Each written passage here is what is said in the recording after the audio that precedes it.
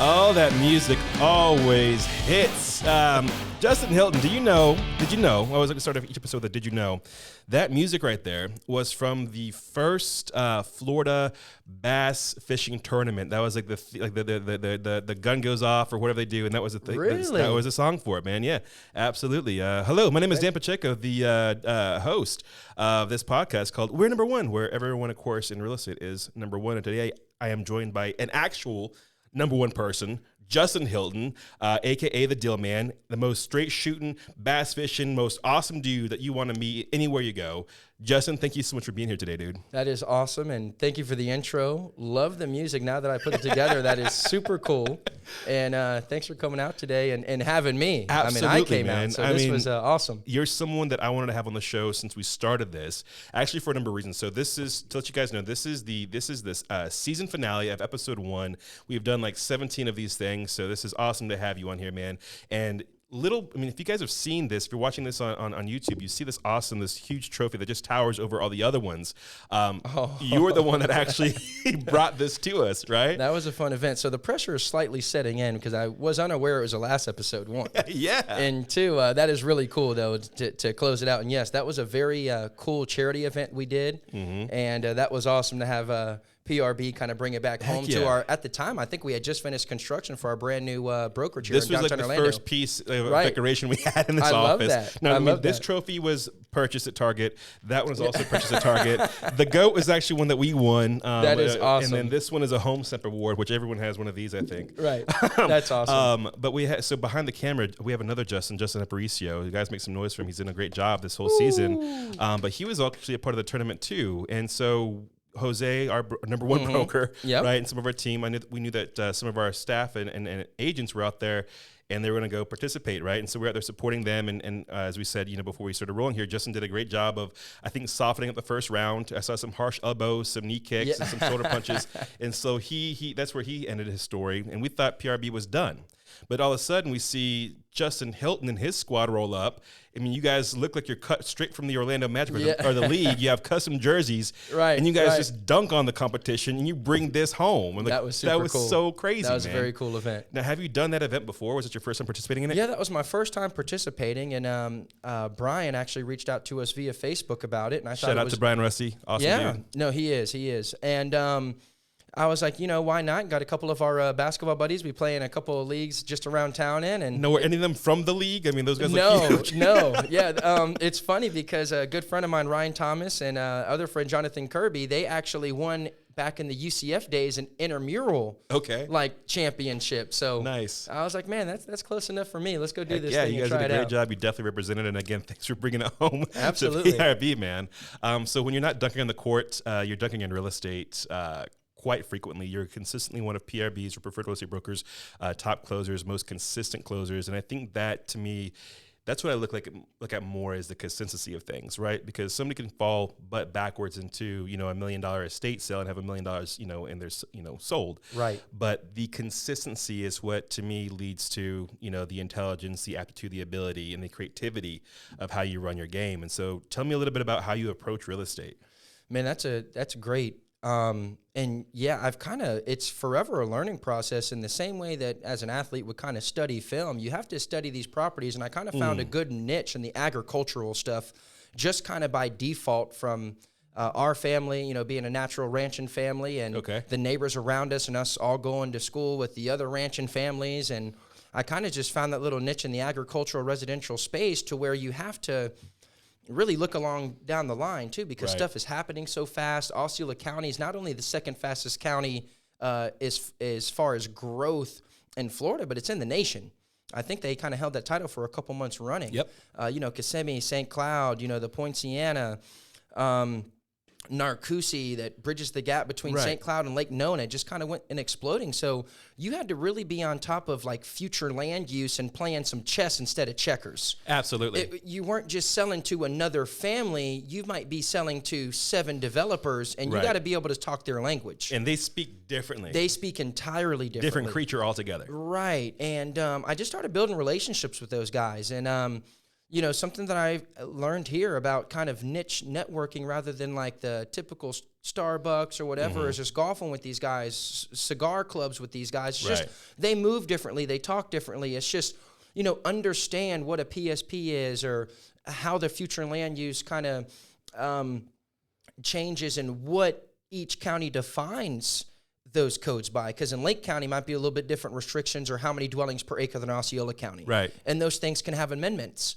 So they can, amend and change as you go. So I think that knowledge base and the way that you would attack your opponent studying film, you have to attack that listing studying municipal code or future land use, what the zoning allows and doesn't allow, just finding good stuff that a typical broker wouldn't take the time and to I do. love that you make that parallel, watching the game tape, studying the opponents, because, if you have a background and you're obviously you're an athletic guy. I think you can speak that language clearly.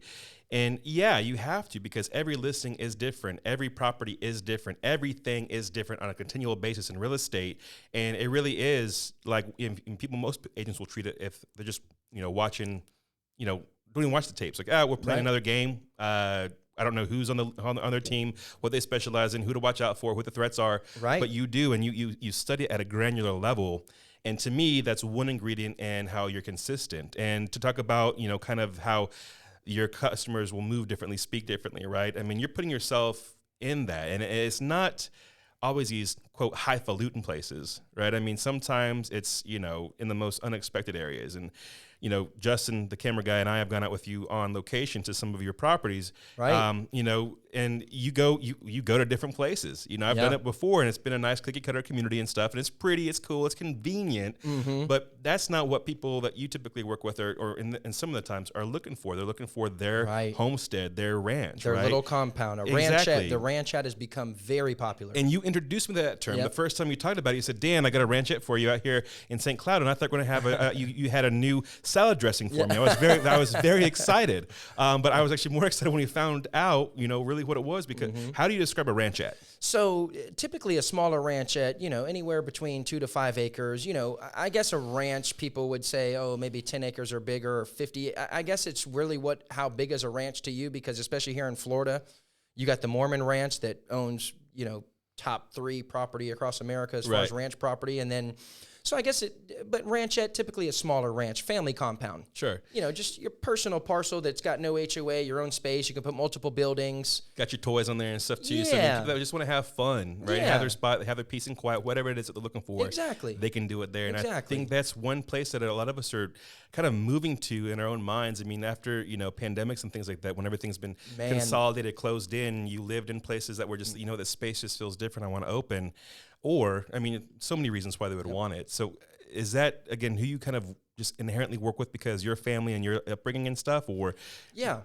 I would say the upbringing, you kind of hit it right on the head. Like in the pandemic, you saw another spark in the kind of ranchette product on the real estate market. And I would say because of like the outdoorsy stuff and, my sphere of influence that we grew up around, or like being in the bass clubs and stuff, those guys just naturally like to fish and hunt. So they're going to look for properties that support that kind of lifestyle. Right. So, these guys have car lifts in their garage and they're changing their own oil. They're not going to take it to, Valvoline or, these are good old boys and handy guys, and they have, the wives have gardens and they'll have a horse. They have a couple barns. They really take pride, and we take pride in, doing what we can off the land or having our own little, deal. Absolutely, man. That's awesome. So it's one of those things, again, where you just set yourself up for really whatever you want it to be. Tell me a little bit about your family, because you guys, you're from here, yeah? Right. Yep. Yeah, which is uncommon, and you guys have seen it develop. And I want you to talk about kind of what your family footprint has been here. And then also, because I know that you have a really credible and defined and ever-growing out-of-market agent network too, right? In which we have a really cool story, which I want to get into and about it, which you just told me before we started rolling here. Because people don't think about Central Florida as a place where they can go and live that kind of lifestyle. They know we have a crap ton of swamps, but nobody wants to live in the middle of a swamp, right? Right. So is there still possibility for people to have land in Central Florida? Because all they think about is Mickey Mouse and, bright lights and stuff. Right, exactly. So tell me about your family here, and is there hope for people that want to move and have their own slice of natural Florida still? Absolutely, and I think Osceola County specifically is a great place for that, and I think that it's no longer a hidden gem because it's it's on the map now. I mean, to kind of hold that title for 2 to 3 months as the fastest growing place in America. Wow. That ranchette just has really, we're getting the pipeliners, the out-of-staters, like you mentioned, the New York, New Jersey, for all types of reasons, to kind of come down here to Florida. And, it's just expanding. So, Lake Nona kind of was like that in the Moss Parky area. That was like a nature preserve-y kind of feel and area. And then they had the, Lake Nona Tavistock came in and expanded it. So it just keeps pushing it out to where it's out there by the Harmonies now, all down 192. You're basically going 192 all the way east, and you're getting more agricultural properties, but you're kind of sacrificing commute. Right. So now, the way this market is shifting with, the higher gas prices, this, that, and the other, people are like kind of playing with that balance of, hey, that's a longer commute. But at the same time, I also started working from home 2 or 3 years ago. And I kind of like doing stuff around the house, having AirPods in and working from home and doing everything here and doing my side job in the workshop that we just built, the metal building. Very cool. All right. So that's kind of, you're helping redefine again that there is still that ability for people to have that lifestyle here. Absolutely. Hit me with the family though. So again, I mean, I love it because you guys seem to be really tight. You have family businesses, you have the ranch going on. So I mean, what's the Hilton presence look like right now? And where'd you come from here? Yeah, right. So kind of a long story, but I'll keep it really short. So I was kind of adopted into the our family, the Hastings ranch family. And Jesse, my brother, I consider him, no different than a blood brother. We were kind of the dynamic duo back in the day with sports. I mean, with basketball, he was obviously a big part of that, and he's one of the most fundamentally sound guys you'll see. I think he was like his second or third leading scorer for, the school that he went to out in Florida College out in Tampa. But we were just kind of, you always have that natural best friend growing up, and Jesse was the guy, and his pops, Jesse's dad, was our AAU coach. Okay. And man, this guy, you talk about a guy of someone to look up to and just there for everybody. I remember this guy at the time was running the largest garage door company in the Southeast region. Okay. Which is where some of the builder contacts have come from, and how much of a resource. And you talk about wisdom and going through different cycles and selling companies. And he's really a, gold, point of an example of entrepreneur for our family. He's kind of like the hub. All of our Thanksgivings are at the ranch. He's kind of like the hub, but he was our AAU coach, and he would go drive and pick up every kid. Wow. I mean, he would pick myself up before I was even kind of moved in. And, my biological mom was a single mom and doing everything that she could, working hard, this, that, and the other. But there was where I wanted to go to the school to play with Jesse, he was kind of at his own. So to even drive to the bus stop some days was kind of tough with just situations. And, man, he would go and have to wait there where kids were being rude. I won't say their names on the mic, but we'd be out there waiting 10 minutes and pull up to the game 10 minutes before. Man, we were in AAU leagues and FBVA leagues, and this guy just, going above and beyond, and just goes to show you, man, he was just the selflessness of this guy to see us all kind of grow and play basketball together. And we were just the little, all the kids from the same area, and he picked up every one of us. And, AAU games, days, you're playing 4, 5, 6 games a day. I mean, it was a lot going to the Disney Wild World of Sports. Sure. But yeah, he ended up selling his garage door company. Okay. And he's a business broker now, actually. So they kind of do mergers, acquisitions, stuff like that, and has a big 300-acre ranch off of Bass Highway in Osceola County, which I got to have you guys out to. Heck yeah, man. We love that. The previous ranch that we had was like a wedding venue, a very big wedding venue staple in St. Cloud, Florida. And he was able to sell that and then basically transitioned a little bit further out because of all the development happening in Narcoossee. We just kind of felt, pinched. And he definitely likes having his own space. And, man, he's just got a lot going on. But he's just there for everybody all the time. My mom and dad, both. They're just there. That's beautiful, man. And I'm learning more about you through this right now. I mean, right. I love that story of that what family can mean, in those ways. And that's awesome, Justin. That's absolutely awesome, man. And I've got to say one thing about you, and this goes to this very second. From the time that I met you, I've seen you and respected you more and more as someone that just is. You're you're just so awesome. And I mean, it's such a broad term. You're very respectable. You're very open. I mean, you're very intelligent. I mean, and I don't even think I've ever heard you even use a curse word before. Yeah. I mean, you just try not to. Yeah. I mean, you don't find many people like you. You're very uncommon in the best of ways, man. I really appreciate that. Absolutely. And I know that it takes a lot of work. It's an indication of discipline. It's, hope, belief, faith, all these things. So when you're not out there, because you're a lot of wonderful things to a lot of great people, when it's just Justin, how do you kind of recenter? What are some of the things that you practice, if anything, to stay in that lane of yours? Man, well, all that is, thank you very much, by the way. That's awesome. That's very touching, too, coming from you, Dan. I appreciate it, and the feeling is mutual. I've got a great deal of respect for you, and you've always, anytime I've ever needed anything, you've been there pretty much within 12 hours. I mean, it's that. You always follow up, answer your phone. But to answer your question as far as balance, I try to start, the whole Miracle Morning thing.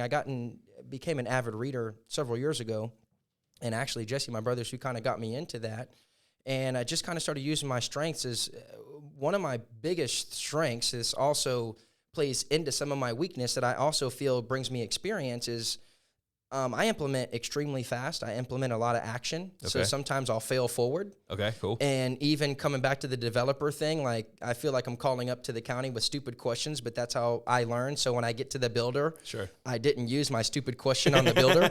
I used it with like a county employee. Sure. So they're there for sometimes. Exactly. So I'll kind of go at it right away, but I try to kick it off as soon as I get up from the bed. I try to have that 5 a.m. to 8 a.m. to where I create momentum for myself where I'm getting some quick wins. Mm-hmm. Okay. Just the little stuff. Yep. The making your bed, making sure everything is, reading the book, with the exercising where, man, I've already dominated a workout. I've already read a chapter. I've already done this. I've already written in my, book for the day of what I need to kind of tackle as far as what's going to make me what's my biggest deal, priority, and sequence. My man. That one thing, right? What's my biggest deal going right now? What is the 2 things I need to do for that? I only go 1 page. That way I can kind of stay tunnel vision or laser focused. Okay. If I have, more than 1 page to do, I'll flip, but I only deal with that 1 page for the week.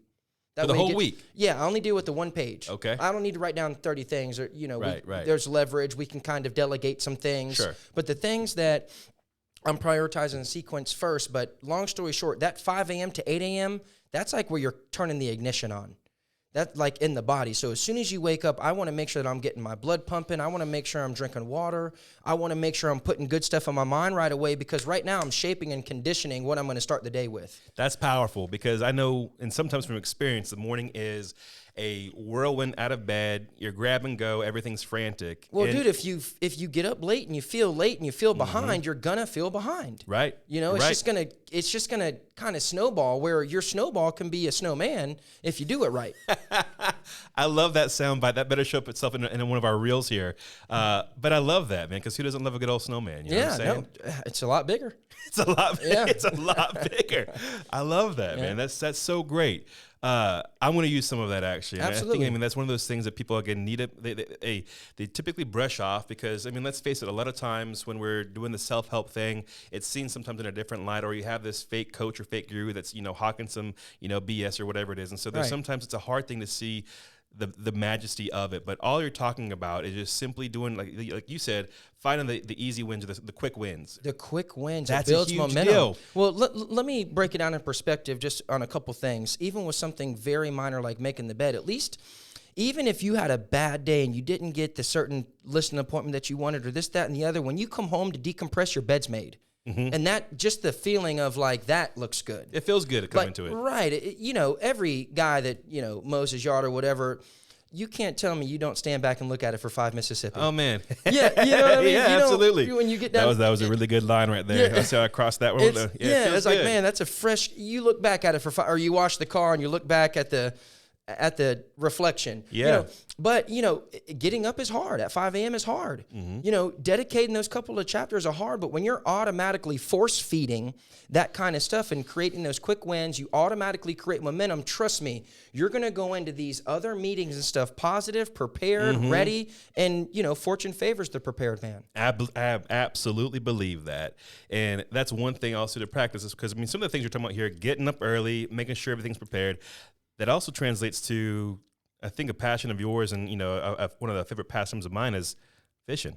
Oh, yeah, absolutely. Yeah. I mean, that's a great way to go, and I love taking my girls out there. I grew up in the Rockies, and every summer after we moved away, I would go back out there. We go all the way up into or down to a place called Creed, South Colorado, in the Rocky Range, and we would stop at a place called Rainbow Grocery. It's the last bit of, you know, any civilization between 40 miles. It's got every indigenous animal mounted on the wall, and it's where we went out there and just got all of our supplies, bait included, and just went trout fishing or German brown fishing. So kind of like their Bass Pro, kind of. Yeah, cool. yeah, cool. But really small and really just had everything. And that was some of the best times of my childhood, the upbringing. And the best times was, fishing was fun and reeling those trouts in were fun, but it was the time with my grandparents, the time with my mom and dad. Yep. And I'm able to do that with my girls now. And sometimes I'll send you the photos of, you know, what we just pulled in from our backyard kind of thing there too, because my girls are seeing it. You do it at a high level though. You find, you know, probably some peace in it. You find some excitement, and you find some great business from it too. Absolutely. So talk to me a little bit about, you know, the bass world out there, what it looks like for you and how you kind of operate it, man. Yeah. And that is really cool, by the way. And especially when it's passed down from generation to generation, that's really cool, because there is kind of no feeling in it, and that's where it's like funner to see somebody else catch a fish. Oh yeah, you know, it's almost more fun seeing that. But as far as our aspect, like I was like, man, I want to get in some like different kind of clubs to get some niche organic lead generation going. Brilliant. You know, in my business, and why not do things that I naturally enjoy? You know, it's always fun to just go out to St. John's River or, you know, the Harris Chain, which is one of my favorites out in Lake County, just natural cypress canopies and oaks and glass water canals and nice houses coming off of them. But, you know, with that comes the high dollar bass boats and the older guys that are retired fishing 3 days a week. They're hard to compete with. These guys are good, man. They don't do anything too fast, but they're really good. And in fishing, you don't need to. So that's already great. But yeah, it just got me involved with a whole nother sphere of influence and those families and those guys. And now it's just kind of snowballed, and they know that, hey, that's the real estate guy in our club, or, you know, that's the gun guy in the club, or, you know, it's hard not to know our boat's like wrapped. It's got guns all over it, you know, OrlandoGunshop.com. But yeah, there it is. You know, I sponsor a lot of our bass events with Preferred, so they know where the real estate go-to guy, or it's just a good niche organic thing that I already kind of enjoyed. You know, there's nothing like putting your boat in and it's still dark. Right. And then like you're listening to them call numbers. There's fog coming off the water still. I can picture right now, you're man. on Lake Kissimmee, and all of a sudden you're kind of coming through a Kissimmee River, and there's a huge gator sunbathing on the bank and trophy bass. It's just a really cool time to take a step back and peaceful, but at the same time, if you get a call, you can still reel and deal with your AirPods in. Right. Reeling and dealing. I mean, that can work in both in worlds right there, man. So I want to play a quick game with you here. All right, it's going to be a surprise on you, right? Now, this is obviously no indication or meter here of your proficiency in the bass world, but I looked it up here, and there's some fun. I mean, just with any kind of thing, you know, niche kind of thing, there's some fun words that come along with it, right? So here in Central Florida, it's really hard. If you guys know you live here, to spot a real bass or a fake bass, right? And so what I'm doing with this is I have some words here that are used to describe, like, that's a really good bass right there. Right. I also have some ones that I made up in there too. And so we'll see if you can tell me if this is a real term to describe. Like nicknames to describe big bass. Exactly. Okay. So it'll be either real bass or fake bass. Okay. All right, so first one's hog. That's a real bass. That's a real bass. Pig. I've heard pig before. It's a real one. Pig. Scamp. I don't know about that one. You got it. I don't know about that one. Fake bass. Bruiser. Oh, real bass. It's a real bass. Yeah. There's a guy out there called Bruiser Baits, and he makes trailers for swim jigs. And I was like, okay, that's got to be one. That's it. That's cool. French tickler. Oh, fake bass. Lunker. Big bass. Real bass. That's it. Hot Henry. Oh, fake bass. Fake bass. Waldonger. Fake bass. Fake bass. Booba-looba. Oh, I can see somebody saying that. I'm going to go with fake bass, but I can see somebody saying that. Big mama. Oh, big bass. Big bass. Real 100% nailed every single one. In spawning season, that's a big mama. Yeah? Yeah. See, this guy's the real deal right there. Yeah. Touch that fist, man. You rocked that one. That was very, very good. I was a little nervous. My guys were going to get on me. My guys. Nah, man, you rocked that one. That was fantastic. So I want to wrap this up in just a little bit here. But you were talking about, let's go and throw it back to some real estate stuff because, I mean, that's where you really, really make the big bang here. You were saying something about how you got something, going back to the ranchette, I think, right? Right. It was great property. We were out there. We made a big bang for it, but the market was just on the edge of doing some weird things. Oh, man, yes. Right, and you had to get really creative. So talk to me a little bit about what you saw, how you operated, and when you knew to take action. Right. There was a listing recently and you guys came out here, and this was an awesome deal, and like, man, you talk about the roller coaster of being kind of where's the peak really at, right? Before the Fed got really aggressive. We had this astonishing $1.5 million, ranchette listing out in Wedgefield, Florida, kind of between Orlando and Cocoa off of 528. Beautiful property. The sellers were like, both entrepreneurs, big power couple. They were a builder, so they're going to be very meticulous. They kept everything meticulous. Everything was classy, the most modern, countertops. You can just tell. It was perfect. Yeah, you've seen it. It was just very HGTV, top quality, top shelf property. And we put this thing on the market and couldn't kind of have timed the shift any better, I should say, because within we got under contract pretty quickly and we did a whole deal. We had a big brokers open with a DJ, an on-site chef. We had sponsors. I mean, we did this thing up. I mean, it was basically a Twilight kind of party kind of deal we had several guests. It was first-class service. We got that thing under contract within the first week, right? The market was good. Everybody was still rain dancing. Yep.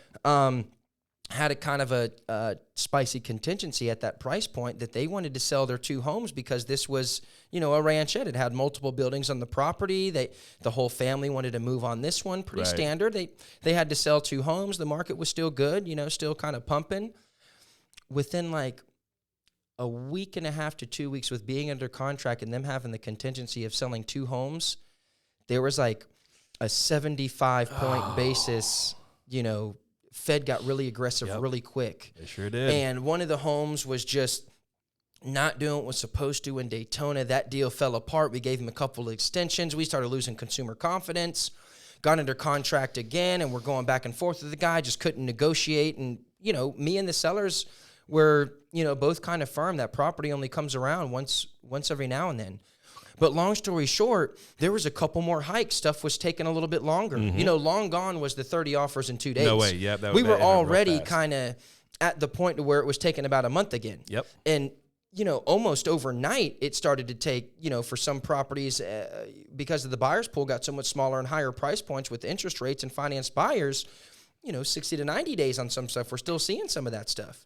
So I was like, hey, what do I need to do here? Because this is one of the most saleable properties. It's a magazine cover property. Absolutely. My buyer's pool got cut to a 16th, and there's got to be something different. So, I went to brainstorming and thinking, and I was like, man, this is where your other broker relationships, this is where, you have to start researching what's going on. So when I started noticing on social media, other states really selling Florida. Yeah.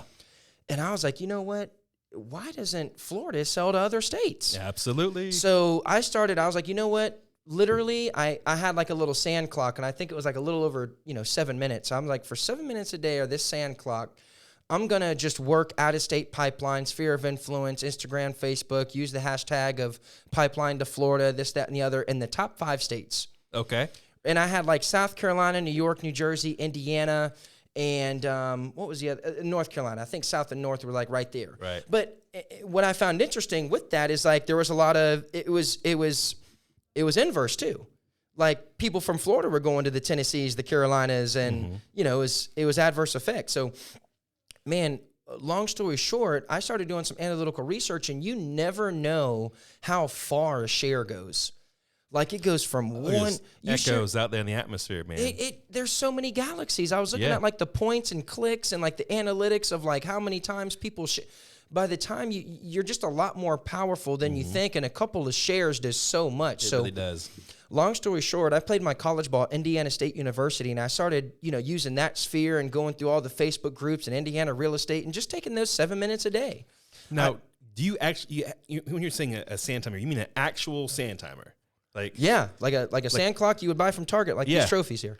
And it was, and it was 7 minutes. I mean, I don't want to interrupt your flow there, but that's staying in my mind.